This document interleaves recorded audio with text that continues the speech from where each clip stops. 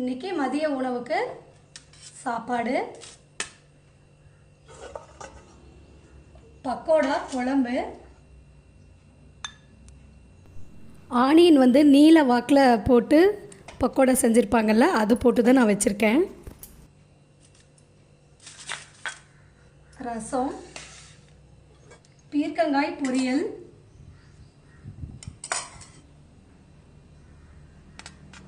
Side dish வந்து பூந்தி வச்சிருக்கு தொட்டுக்கிறதுக்கு, தயிர் சாதம்.